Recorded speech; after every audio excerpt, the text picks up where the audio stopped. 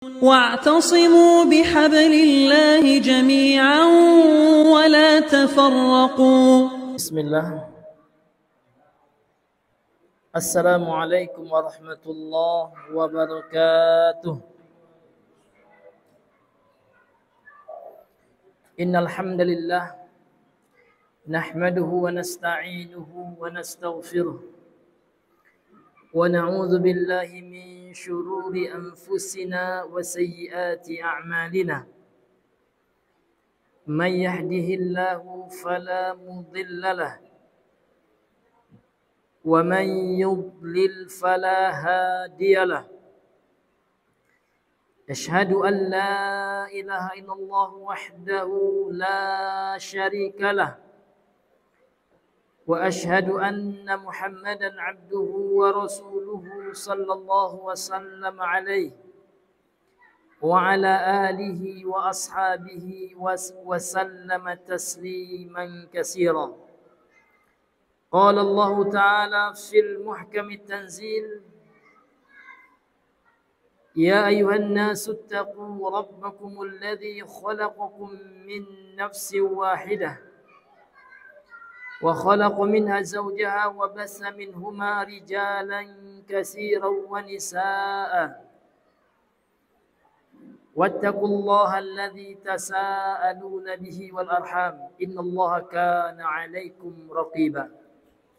يا أيها الذين آمنوا اتقوا الله حق تقاته ولا تموتن إلا وأنتم مسلمون. يا أيها الذين آمنوا اتقوا الله وقولوا قولا سديدا يصلح لكم أعمالكم ويغفر لكم ذنوبكم ومن يطع الله ورسوله فقد فاز فوزا عظيما. أما بعد فيا أيها الناس اعلموا أن أحسن الكلام كلام الله وخير الهدى هدى نبينا محمد صلى الله عليه وسلم وشر الأمور محدثاتها فإن كل محدثة بدعة وكل بدعة ضلالة وكل ضلالة في النار. نسأل الله السلامة والعافية. معاشر المسلمين والمسلمات أعزني الله وإياكم. Kembali kita mengucapkan alhamdulillahi rabbil alamin. Dari hati yang paling dalam hendaknya kita mengakui dalam rangka untuk mensyukuri nikmat Allah yang sangat banyak. Karena manusia itu hanya ada dua saja dalam hal syukur. Kalau tidak syukur berarti kufur. Sebagaimana firman Allah Subhanahu wa taala, "Washkuruli wa la takfurun." Dan bersyukurlah kalian kepadaku dan jangan kalian kufur, kata Allah. Jadi kalau seandainya orang tidak bersyukur, otomatis dia kufur. Karena antara syukur dan kufur adalah dua hal yang saling bertentangan. Bagaikan dua mata uang yang saling berlawanan. Kalau seandainya kita melempar koin mata uang atau uang gepeng, uang koin, maka akan ada salah satu yang akan kita lihat. Kalau seandainya bukan gambar Garuda atau gambar uang 100-nya gitu. Kalau itu uang 1000 zaman dahulu. Begitulah di antara syukur dan kufur ini. Jadi dua hal yang bertentangan. Kalau seandainya orang itu tidak ada yang ketiga. Tidak ada orang itu setengah kufur, setengah syukur. Kalau ada setengahnya kufur, berarti itu dihukumi kufur. Karena kita disuruh betul-betul bersyukur kepada Allah Subhanahu wa taala. Jadi kenapa kita bersyukur? Ya, maka sangat banyak alasannya. Di antara alasan yang paling besar adalah hari ini Allah berikan kita hidayah. Ini nikmat hidayah ini dan nikmat yang paling besar. Terutama hidayah untuk bisa belajar ilmu agama ini. Dengan ilmu agama Pak, Allah berikan kepada kita basirah. Apa itu basirah? Penglihatan. Namun penglihatan dengan ilmu. Memang basirah kata dasarnya adalah basar. Basar itu penglihatan. Namun basirah adalah melihat sesuatu berdasarkan Al-Quran dan As-Sunnah. Berdasarkan ilmu. Dan kalau kita melihat segala sesuatu berdasarkan ilmu, akan jelas sekali kebenaran-kebenaran dari firman-firman Allah dan dari sunnah-sunnah Nabi SAW. Di antaranya Pak, hadis Sahih Bukhari dan Muslim dari Abu Sa'id Al-Khudri. Hadis yang sangat nyata sekali. Kalau saya baca hadis ini merinding Pak, ya Allah, subhanallah, betul apa kata Rasulullah. Shadaqa Rasulullah SAW. Betul apa yang beliau sabdakan. Apa kata beliau Pak? Hadis ini sering kita dengar, tapi tidak salahnya kita ulang-ulang hadis Nabi itu. Kata Nabi SAW, la tattabi'unna sanana man kana qablakum shibran bi shibrin wa dhira'an bi dhira'in hatta law dakhalu juhra dabbin latabattumuhum. Qulna ya Rasulullah al yahudu wan nasara, qala faman. Rawahul Bukhari wa Muslim. Dari Abu Sa'id Al-Khudri, yang artinya Nabi mengatakan, sungguh kalian akan mengikuti kebiasaan, akan mengikuti sunnah orang-orang sebelum kalian sejengkal demi sejengkal, sedepa demi sedepa. Bahkan kalau mereka orang-orang sebelum kalian itu masuk ke lubang dob biawak gurun, niscaya kalian akan mengikuti mereka, masuk pula kalian ke dalam lubang biawak itu. Lantas kami bertanya para sahabat, apakah yang kau masukkan itu al-Yahudu wan Nasara, adalah Yahudi dan Nasrani? Maka Rasulullah menjawab, qala faman, siapa lagi kalau bukan mereka?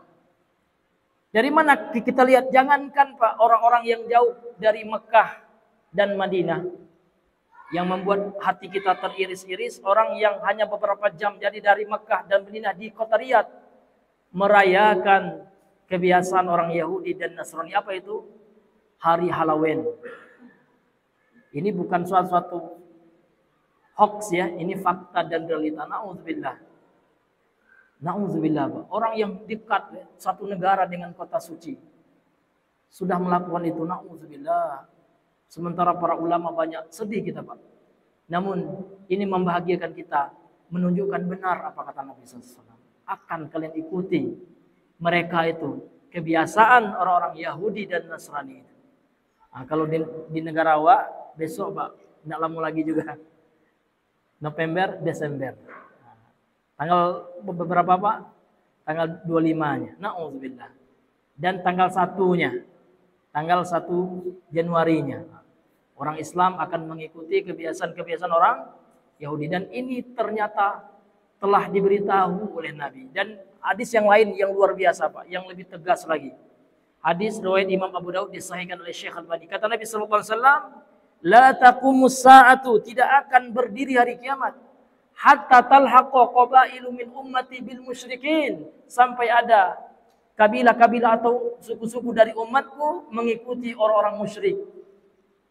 Wa hatta ta'buda qabailu min ummati al-awthan, dan sampai suku-suku dari umatku menyembah berhala. Di Dubai Pak, sudah diizinkan oleh negara untuk apa? Untuk membawa patung Pak, yang sebelumnya tidak boleh, dalam rangka toleransi katanya. Nah, bahkan ada di Dubai itu Pak, suatu tempat boleh semua agama. Kita tidak membeda-bedakan agama. Sudah masuk paham-paham kekufuran ke situ, yang dibawa oleh tokoh-tokoh liberal. Na'udzubillah. Maka untuk itu kita berlindung kepada Allah. Mudah-mudahan Allah matikan kita di atas Islam, di atas hidayah ini. Ini luar biasa. Kita tidak berbicara negara kita atau negara Amerika yang memang sudah biasa hal yang seperti itu ya. Namun negara-negara yang dekat dengan Mekah Madinah saja sekarang sudah masuk fitnah-fitnah yang luar biasa. Artinya berarti kita hidup di zaman fitnah. Apa yang harus kita lakukan di zaman fitnah ini Pak? Kata Rasul, hadis yang sering kita dengar Pak ya, dalam hadis Sahih Muslim dari Abu Hurairah, badiru bil a'mal. Solusinya bersegera beramal kita. Badiru bil a'mali fitanan bersegeralah kalian memperbanyak amal di masa-masa yang penuh dengan fitnah, yang mana diumpamakan oleh Nabi fitnah yang datang itu Pak, kaqita'il lailil muslim, seperti potongan-potongan malam di gelap gelita. Susah ya lah kalam aja lah ya Pak ya.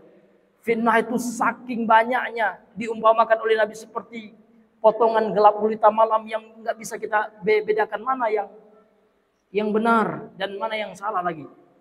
Saking luar biasanya fitnah di akhir zaman. Namun ya solusinya di awal hadis Nabi mengatakan badiru. Badiru itu artinya bersegera. Jangan tunda-tunda lagi. Nak bertobat jangan tunda lagi.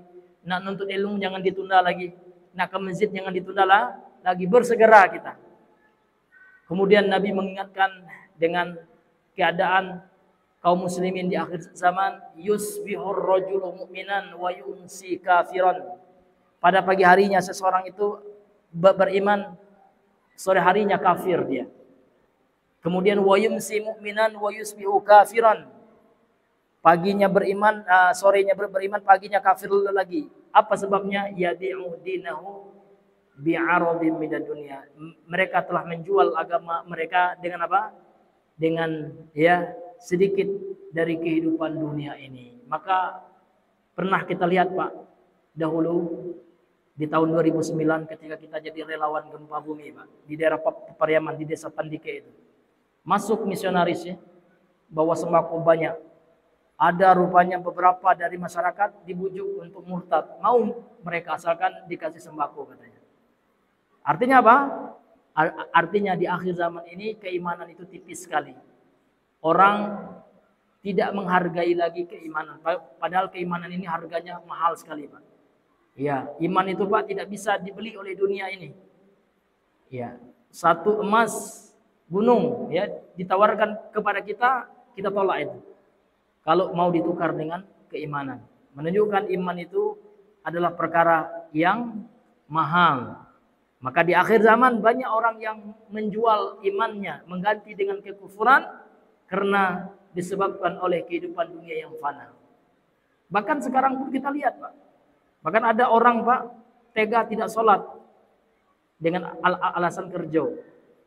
Bahkan kerjanya bukanlah sesuatu yang banyak duitnya Pak ya. Ada saudara Pak cuman cari sekam ya. Kata saudara yang ikut sama beliau, bapak itu tidak sholat dia ya.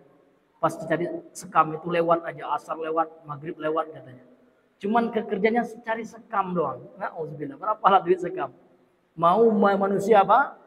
Menggadaikan agamanya, meninggalkan sholat, na'udzubillahi min dzalik. Terbukti sabda Nabi ini Pak. Luar biasa kalau kita lihat dalam kehidupan kita. Karena banyak orang tidak sholat sekarang Pak ya. Ya kan, na'udzubillah. Na'udzubillahi min dzalik. Maka untuk itu Pak kita banyak-banyak bersyukur. Ya, kalau dunia ini Pak remeh ini. Yang utama kali kita syukur, ya Allah, Engkau berikan aku kekuatan untuk sholat, ya Allah, syukur itu Pak. Alhamdulillah kita bisa sholat karena banyak orang yang tak sholat gitu kan. Alhamdulillah ya Allah aku bisa menjadi muslim. Ya, kalau kita pejabat yang tidak korupsi, karena ternyata pejabat banyak yang korupsi, syukuri Pak. Alhamdulillah gitu. Menjadi orang yang jujur, yang takut kepada Allah Subhanahu wa taala. Ini jadi nikmat hidayah Islam dan nikmat sunnah itu adalah nikmat yang paling agung dalam kehidupan kita yang layak untuk kita syukuri. Kemudian salawat dan salam kepada Rasul yang tercinta Muhammad sallallahu alaihi wasallam. Allahumma salli ala Muhammad wa ala ali Muhammad. Baik, kita lanjutkan pembahasan kita yang mana pada pertemuan yang sebelumnya ya kita sudah sampai di mana khialan?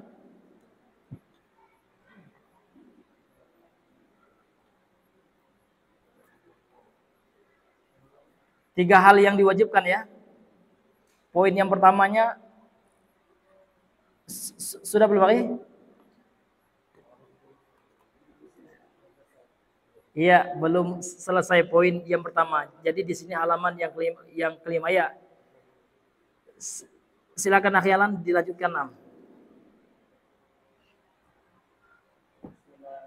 Bismillah.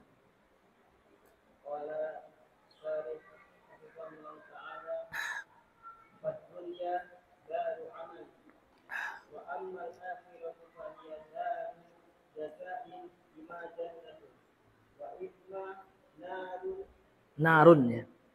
Wa imma narun ya. Iya.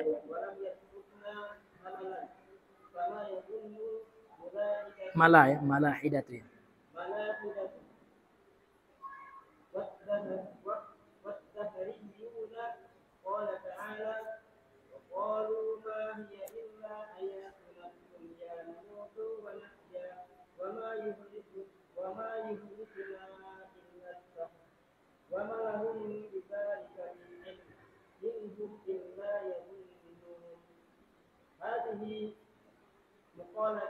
Maqalatul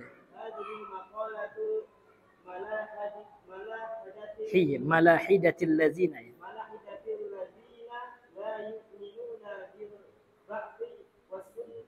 wan nusyur. Iya. Baik, jadi kita masih membahas 3 perkara Pak ya.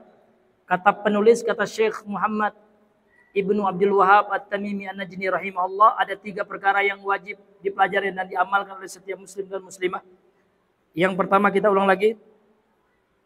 Al-imanu, beriman bi annallaha, bahwasanya Allah khalaqana wa razaqana, menciptakan dan memberikan kita rezeki, walam yatrukna hamalan, dan Allah tidak membiarkan kita begitu saja. Ketika Allah ciptakan kita Pak, dan setelah Allah ciptakan kita, Allah catat rezeki kita. Jadi rezeki kita ini Pak, tidak akan mati kita. Disebutkan dalam hadis sahih, tidak akan mati seseorang itu hatta yastafifiyallahu rizqahu, sampai Allah menyempurnakan rezekinya. Artinya kalau orang itu sudah mati Pak, udah sampai batas itulah rezekinya. Jadi ketika Allah menciptakan kita dan Allah telah menetapkan rezeki kita, dan Allah tidak membiarkan kita begitu saja. Mati tidak dihisab, enggak. Akan tetapi ada pertanggungjawaban.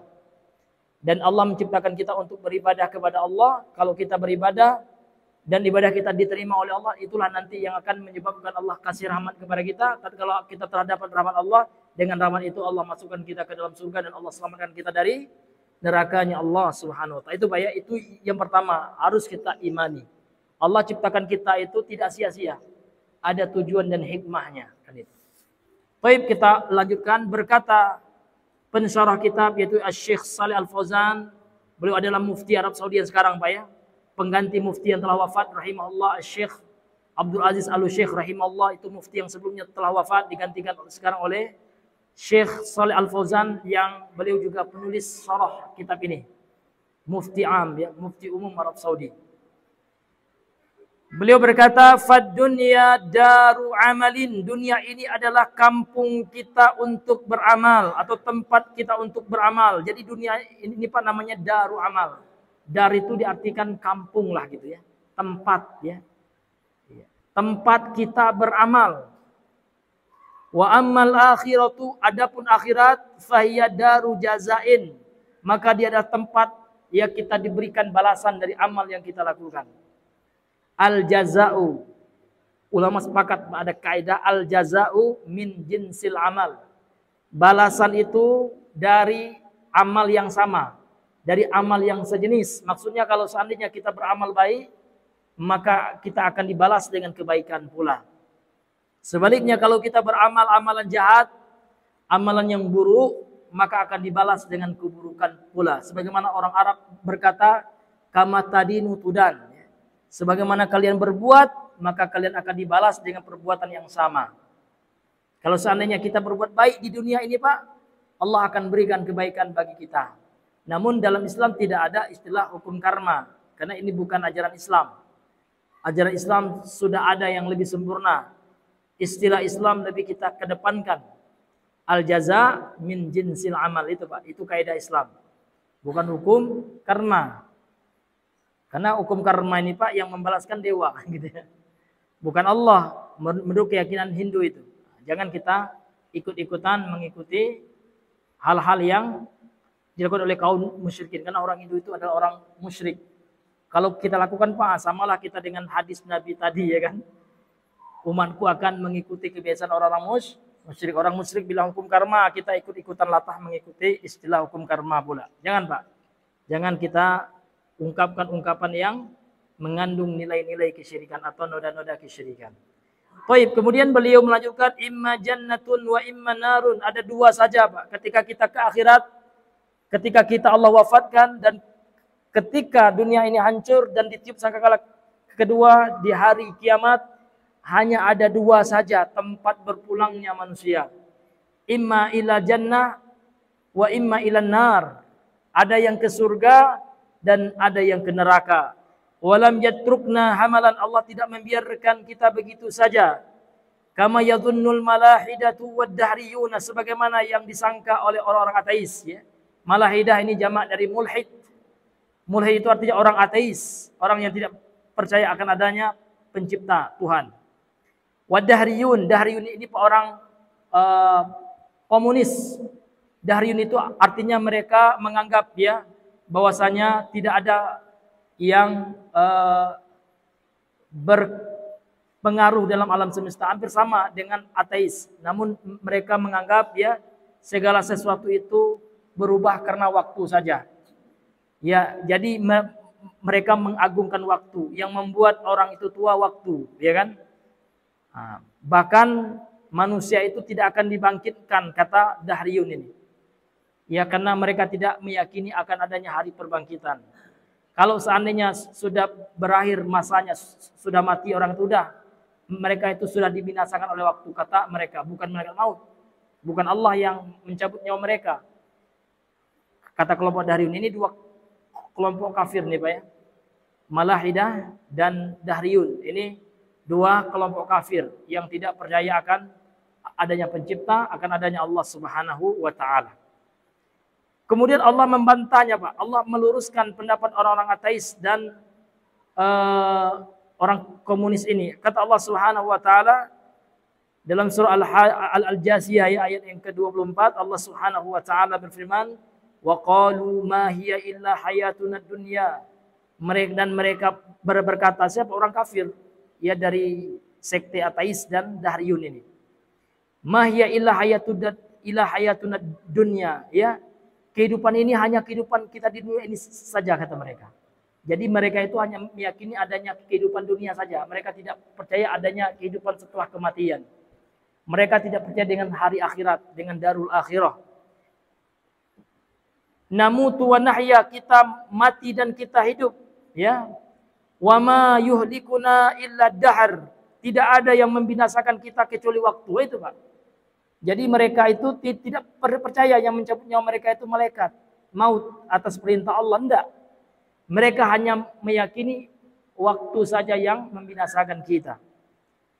Wa ma lahum bidzalika min ilm. Tidak ada ilmu mereka akan hal itu, kata Allah. Allah nafikan, ya, mereka ilmu, ya. Artinya mereka orang bodoh, ya. Orang yang tidak percaya dengan Tuhan itu orang yang bodoh, gitu, ya. Ateis itu orang yang sangat goblok sekali, bodoh sekali. Ya, makanya Allah mengatakan di sini wa ma lahum bidzalika min ilm. Tidak ada bagi mereka akan hal itu dari ilmu, artinya mereka tidak punya ilmu akan hal itu. In huwa illa yadhunnun. Apa yang mereka ungkapkan itu hanyalah persangkaan mereka, apa yang mereka sangka saja. Pendapat mereka saja, gitu, ya. Asumsi mereka saja. Nah, itu. Karena mereka itu, Pak, berbicara tidak dasar ilmu. Dan ilmu menurut mereka pun, Pak, bukan Al-Quran, ya. Orang-orang ateis kan yang ilmu menurut mereka hanya sains. Ilmu matematika, ya, itu ilmu tuh. Mereka tidak percaya ilmu agama. Sementara kita ilmu yang kebenarannya itu pasti, itu, Pak, ya, yang qat'i itu adalah Al-Quran dan Sunnah. Itu umat Islam. Artinya dasar kita berpijak dalam kehidupan ini, dasar ideologi kita, dasar keyakinan kita, prinsip hidup kita, semuanya harus bersumber dengan Al-Quran. Itulah orang yang masuk ke dalam Islam secara kafah itu. Karena Allah mengatakan, ya ayyuhalladzina amanu dukhulu fis-silmi kafah. Wahai orang-orang yang beriman, masuklah kalian ke dalam Islam secara totalitas, gitu. Artinya pandangan hidup kita sebagai seorang muslim harus bercerminkan dengan Al-Quran. Karena ada juga orang sekarang, orang namanya, Pak, sekte sekuler.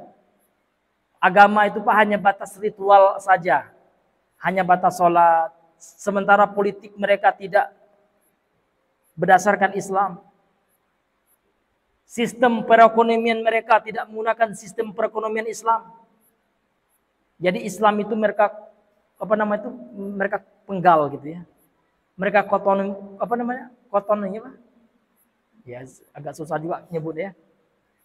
Istilahnya itu Pak, mereka tidak memakai Islam untuk seluruh lini kehidupan mereka. Islam itu Pak hanya ritual saja, hanya faktor keyakinan saja udah gitu ya.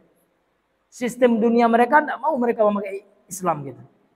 Nah, mereka memakai hukum-hukum buatan manusia, sementara umat Islam tidak. Seluruh hidup kita, hati kita, ya kan, pandangan kita, ideologi kita harus ideologi Islam. Nah, ini hadirin yang diberikan. Dan kita tinggalkan ideologi kufur, kapitalisme, komunisme, ya kan, yang yang lain. Kita pakai Islamisme. Itulah jati diri kita sebagai seorang Muslim, ini hadirin yang dimuliakan oleh Allah Azza wa Jalla. Kemudian kata beliau, hadhil maqalatul malahidatil ladzina la yu'minuna bil ba'tsi wan nusyur. Ini adalah perkataan orang-orang mulhid, orang-orang ateis yang mereka tidak beriman kepada hari perbangkitan dan hari ya dikumpulkannya manusia kelak di padang mahsyar ya. Naam, fadhal Pak.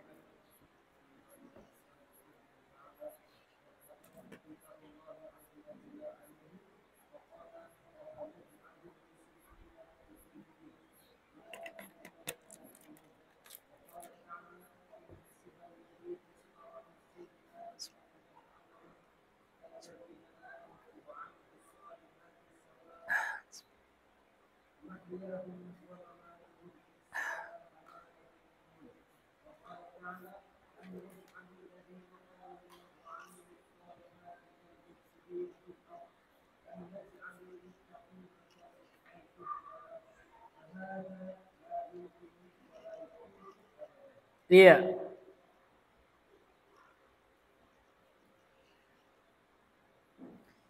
Kemudian kata beliau, wa qad ankarallahu azza wa jalla alaihim faqal, dan sungguh Allah Subhanahu wa taala, Allah azza wa jalla telah mengingkari mereka. Mereka ini siapa Pak? Orang-orang ya ateis ini. Karena di antara orang ateis Pak, mereka tidak melihat agama ini Pak ya. Enggak. Jadi mereka itu melihat manusia itu sama saja. Iya. Mereka itu tidak dipandang oleh mereka dengan kacamata agama. Orang muslim kafir itu di mata mereka sama. Ini kacamata orang-orang liberal juga. Jadi orang liberal itu Pak sama aja. Nak Hindu, nak Buddha, nak Islam, sama saja itu katanya. Na'udzubillah. Maka Allah bantah mereka, bukan kita yang bantah Al-Quran. Firman Allah. Faqala Allah Subhanahu wa taala berfirman, afanaj'alul muslimina kal mujrimin ma lakum kaifa tahkumun. Surah Al-Qalam ayat 35 sampai 36. Apakah kita akan menjadikan orang-orang yang beriman, orang-orang muslim sama dengan orang-orang mujrim, pelaku dosa? Ma lakum kaifa tahkumun. Ya. Malakum, apa yang kalian lakukan ini? Bagaimana mungkin kalian menghukumi orang muslim itu sama dengan orang mujrim? Wahai orang ateis, wahai orang liberal, kata Allah. Jadi seolah-olah Allah ingin mengatakan seperti itu. Kalian mengatakan orang muslim itu sama dengan orang mujrim. Ya kan? Ini juga orang-orang yang tidak memakai hukum Allah, Pak. Apalagi dalam masalah pemilihan. Kan disamakan antara orang muslim dengan orang mujrim suaranya. Malakum kaifa tahkumun, kata Allah. Apa kalian itu gitu ya kan? Kaifa tahkumun, bagaimana kalian bisa menghukumi seperti itu? Bagaimana mungkin kalian mau menyamakan suara orang yang beriman dengan suara orang mujrim pelaku dosa? Ya kan? Orang-orang yang penyembah berhala. Ya, ini Pak ya. Karena orang-orang yang tidak masuk ke dalam Islam secara kafah, mereka akan tidak melihat itu. Sama saja kata mereka. Na'udzubillahi min dzalik. Maka Allah luruskan. Wa qala ta'ala, kemudian Allah Subhanahu wa taala berfirman dalam surah Al-Jasiyah ayat 21. Am hasiballadzina ijtaraha, ini artinya iktasaba. Iktasaba itu artinya orang yang melakukan. Ya, seseorang yang melakukan gitu ya. Am hasiballadzina ijtarahus sayyiati.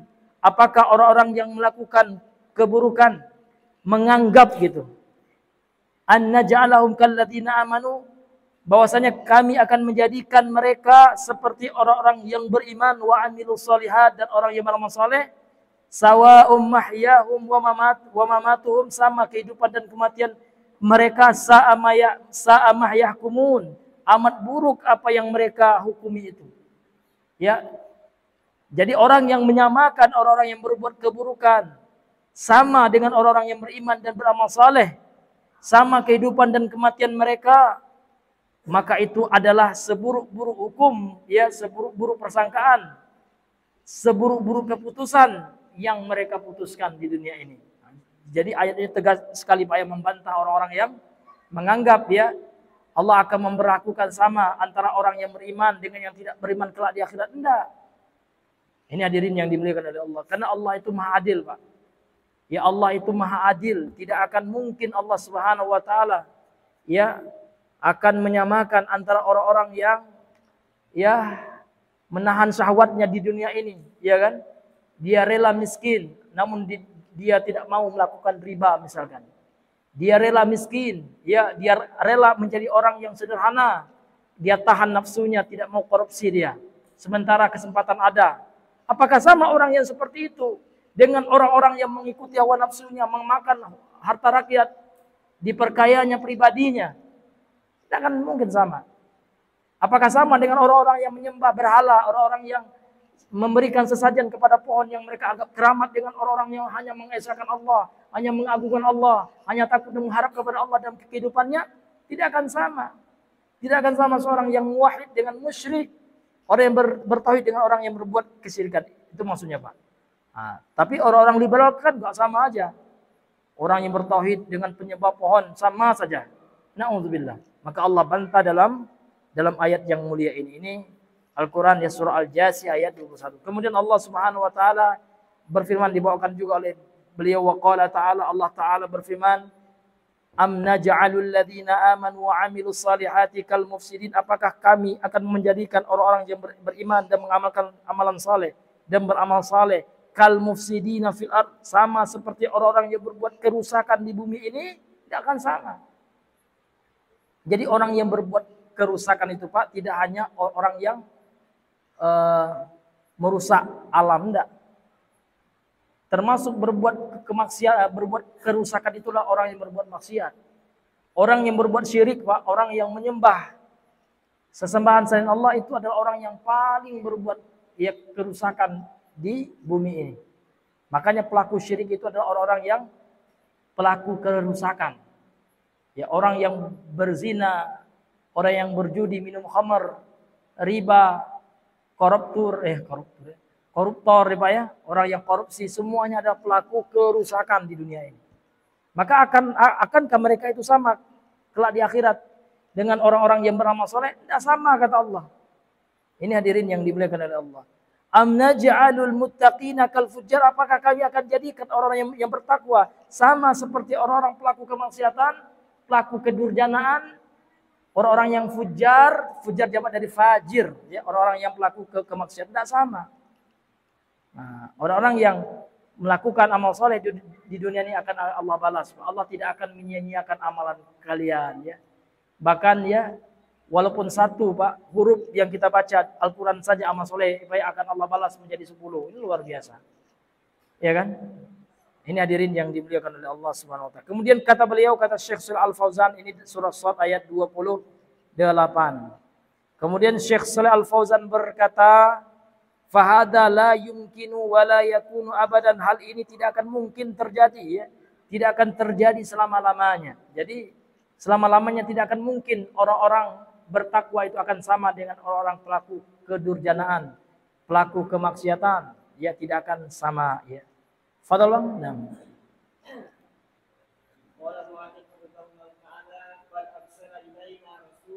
Iya. Lamma ya. Lamma kanatil ibadatu la yajuzu an na'khudhaha min istihsanina. Nah, min istihsanina, ya. Istihsan, minastihsanina. Ya. Minastihsanina, ya. Istihsan. Min istihsanina, ya. Ya.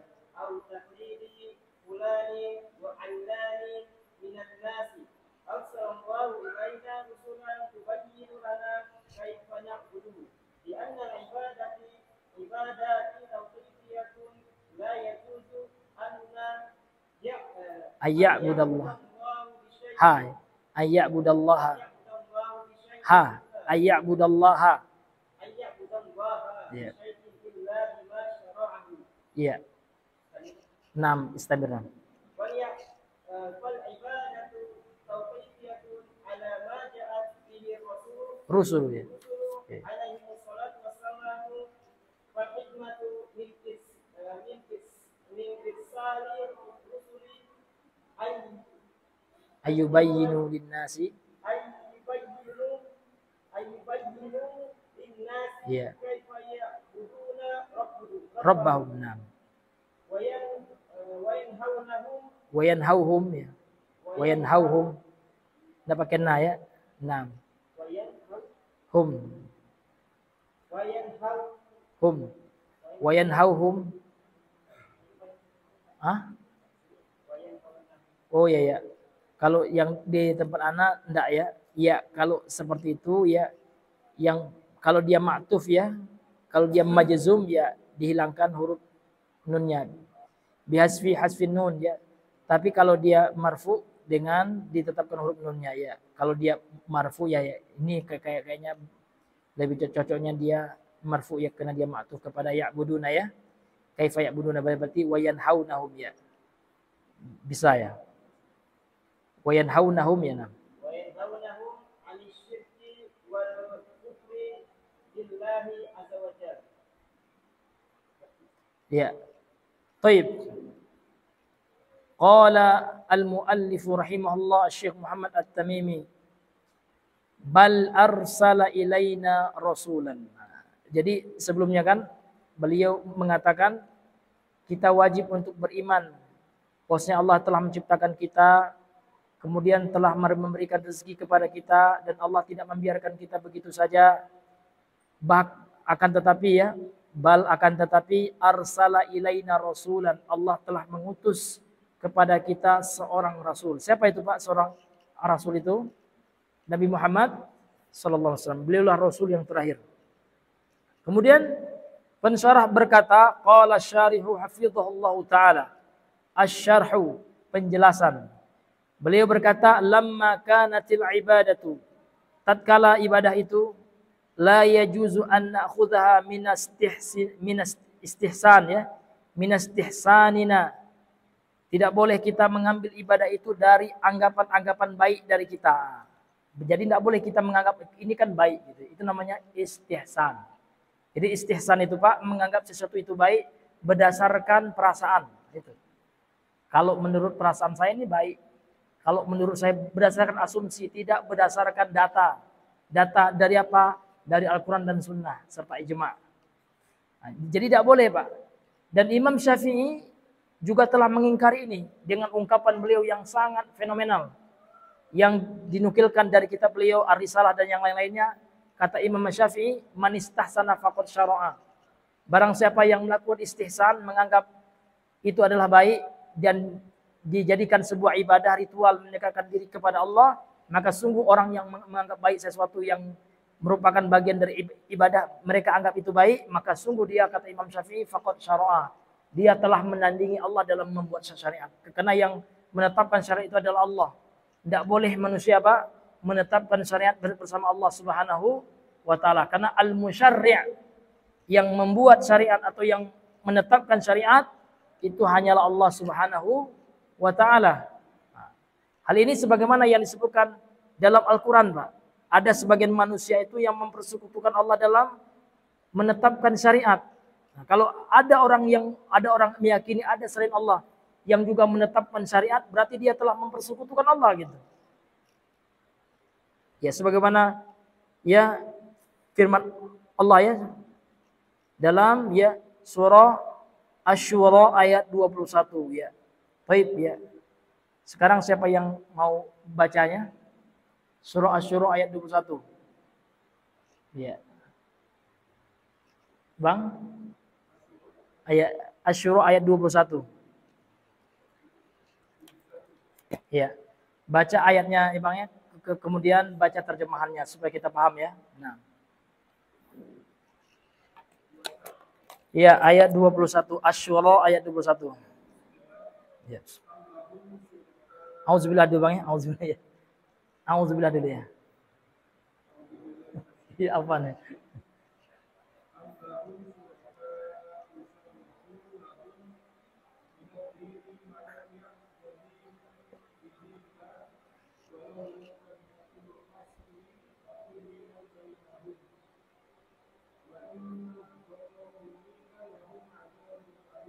Iya.